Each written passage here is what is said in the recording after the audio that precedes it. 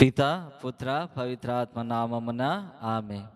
క్రీస్తునాథుని యందు ప్రియమైన సహోదరి సహోదరులారా, మిమ్మల్ని అందరినీ కూడా ఈనాటి ధ్యానాంశమునకు ప్రేమపూర్వకముగా ఆహ్వానిస్తూ ఉన్నాను. మత్తయి శుభవార్త 12వ అధ్యాయము 14వ వచనము నుండి 21వ వచనం వరకు. పరిసయ్యులు అంతటా వెలుపలకు వెళ్ళి ఆయన ఎట్లు అంతమందింతమా అని కుట్ర చేయసాగిరి. యేసు అది గ్రహించి అట నుండి వెడలిపోయాను. అనేకులు ఆయనను వెంబడించిరి. రోగులనెల్లా ఆయన స్వస్థపరచి తనను గూర్చి తెలపవలదని వారిని ఆజ్ఞాపించెను. యెషయా ప్రవచనములు ఇట్లు నెరవేరెను. అది ఏదైనా, ఇదిగో ఇతడు నా సేవకుడు, నేను ఎన్నుకున్నవాడు, నాకు ప్రియమైనవాడు, ఇతనిని గూర్చి నేను ఆనందించుచున్నాను. ఇతనిపై నా ఆత్మను నిలిపెదను. ఇతడు అన్యులకు నా న్యాయమును ప్రకటించును. వివాదములాడడు, కేకలు వేయుడు, వీధులలో ఎవరునూ ఆయన స్వరమును వినరు. అతడు నలిగిన రెల్లునైనా విరువడు, రెపరెపలాడుచున్న దీపమును ఆర్పడు. న్యాయమునకు విజయము చేకూరినంత వరకు పట్టు విడువడు. జాతులు అతని నామమును విశ్వసించును. ఇది క్రీస్తుని సువిశేషము. క్రీస్తువా మీకు స్తుతి కలుగునగాక. క్రీస్తునాథుని యందు ప్రియమైన సహోదరి సహోదరులారా, కొంతసేపు మనం చదివినటువంటి సువిశేష పఠనాన్ని కొంతసేపు మనము ధ్యానము చేద్దాం. క్రీస్తు ప్రభుకి ఈ లోకము మీద సర్వ అధికారం ఇవ్వబడినది. ఈ లోకమే ఆయన కొరకు సృజింపబడినది, ఆయన ద్వారా సృజింపబడినది, ఆయన మూలమున సృజింపబడినది. కాబట్టి ఈ లోకమంతా కూడా ఆయన ఏలుబడి కింద ఉన్నది. అయితే ఇక్కడ ఉన్నటువంటి అధికారులు తన అధికారాన్ని చూపిస్తూ ఉన్నారు. క్రీస్తు ప్రభు చేసినటువంటి ఆధ్యాత్మిక క్రియలను, ఆయన చేసినటువంటి స్వస్థతలను ఇదిగో తీసుకోలేనటువంటి వారు, ఓర్వలేనటువంటి వారు ఆయన ఎట్లు అంతమొందింతమా అని ఆలోచన చేస్తూ ఉన్నారు. అయినప్పటికీ కూడా ఈ లోకం మీద సర్వ అధికారము కలిగినప్పటికీ కూడా వారి అధికారాన్ని ధిక్కరించకుండా అక్కడ నుండి శాంతముగా ఆయన వెళ్ళిపోతూ ఉన్నాడు. ఆయన వెళ్ళిపోవడమే కాకుండా కష్టములు ఎదురైనాయి కదా అని ఆయన సేవను మాత్రం విడిచిపెట్టలేదు.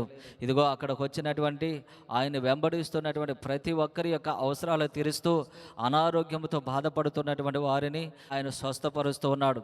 ఈ రీతిగానే మనము కూడా గుర్తుపెట్టుకోవాల్సినటువంటిది ఏమిటి అంటే, మన క్రైస్తవ విశ్వాసంలో ఎదురవుతున్నటువంటి సవాళ్ళను చూసి, అదేవిధంగా మన క్రైస్తవ జీవితంలో ఎదురవుతున్నటువంటి కష్టాలను చూసి మనము నిలిచిపోయి ఆగిపోకూడదు అని దేవుడు తెలియపరుస్తూ ఉన్నాడు.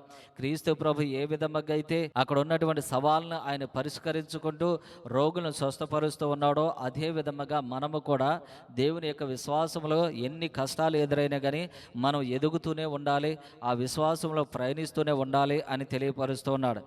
ఇక్కడ రెండు విషయాలను మనము ధ్యానం చేద్దాం. ఒకటి, నలిగిన రెల్లునైనా విరవడు. రెండవది, రెపరెపలాడుచున్న దీపమును ఆర్పివేయుడు అని ఈ రెండు మాటల గురించి మనము ధ్యానం చేద్దాం. నలిగినటువంటి రెల్లు కాడ అనేటువంటి దేనికి సూచిస్తుంది అంటే, జీవితంలో ఒక మనిషి పడినటువంటి కష్టాలను సూచిస్తుంది, ఒక మనిషి అనుభవించినటువంటి వేదనను సూచిస్తుంది, ఒక మనిషి అనుభవించినటువంటి బాధలను సూచిస్తుంది, ఒక మనిషి కార్చినటువంటి కన్నీరును అది సూచిస్తూ ఉంది. కాబట్టి ఈ విధముగా జీవితంలో నలిగిపోయినటువంటి వారు, ఈ విధముగా జీవితంలో వేసారిపోయినటువంటి వాళ్ళు, ఈ విధముగా జీవితంలో ఇదిగో కన్నీటి మయమైపోయినటువంటి వాళ్ళు ఖచ్చితంగా దేవుని ఆశ్రయించాలని తెలియపరుస్తూ ఉన్నారు. ఇదిగో మత్తయి శుభవార్త 11వ అధ్యాయం 28వ వచనంలో ఆయన చెబుతున్నటువంటి మాట ఏమిటంటే, భారము చేత అలసి సొలసి ఉన్నటువంటి సమస్త జనులారా నా యొద్దకు రండి, నేను మీకు విశ్రాంతిని ఇస్తూ ఉంటాను. ఎవరైతే ఈ యొక్క జీవితంలో కష్టాలను, బాధలను, శ్రమలను, వ్యాధులను, ఇదిగో రోదనలను, కన్నీటిని అనుభవిస్తూ ఉన్నారో వారు అందరూ కూడా ఈ రెల్లు కాడని పోలినటువంటి జీవితాన్ని జీవిస్తున్నటువంటి ప్రతి ఒక్కరూ కూడా దేవుని దగ్గరకు వెళ్ళినట్లయితే కనుక ఖచ్చితంగా ఏమవుతూ ఉంటుందంటే ఆయన ఒక ఉపశమనం అనేటువంటి దయచేస్తూ ఉంటాడు. ఇక రెండవది మనం చూసినట్లయితే, రెపరెపలాడుచున్నటువంటి దీపము అనగా మన జీవితంలో మనకు ఆశ అనేటువంటిది మనం కోల్పోయినప్పుడు, మనకున్నటువంటి ప్రతి పరిస్థితులన్నీ కూడా ప్రతికూలముగా మనకి మారిపోయినప్పుడు, ఏ దారి మనకు అనుకూలముగా లేనప్పుడు, ఎటువంటి అవకాశము కూడా లేనటువంటి సమయంలో దేవుని మీద మనం ఆధారపడినట్లయితే గనక దేవుని మీద విశ్వాసం ఉంచినట్లయితే గనక ఇదిగో రెపరెపలాడుతున్నటువంటి దీపాన్ని ఆయన ఆర్పివేయడం అని చెబుతున్నాడు.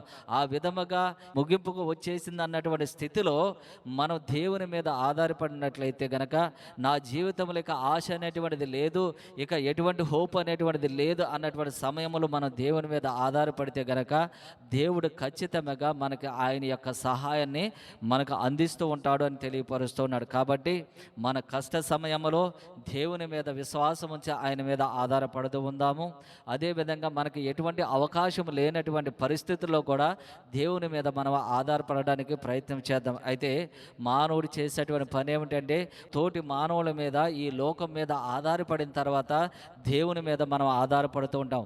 మొదటగానే దేవునికి ప్రాధాన్యత ఇచ్చినట్లయితే గనక దేవుడు ఖచ్చితంగా మనకు ఆయన యొక్క సహాయాన్ని అందిస్తూ ఉంటాడు.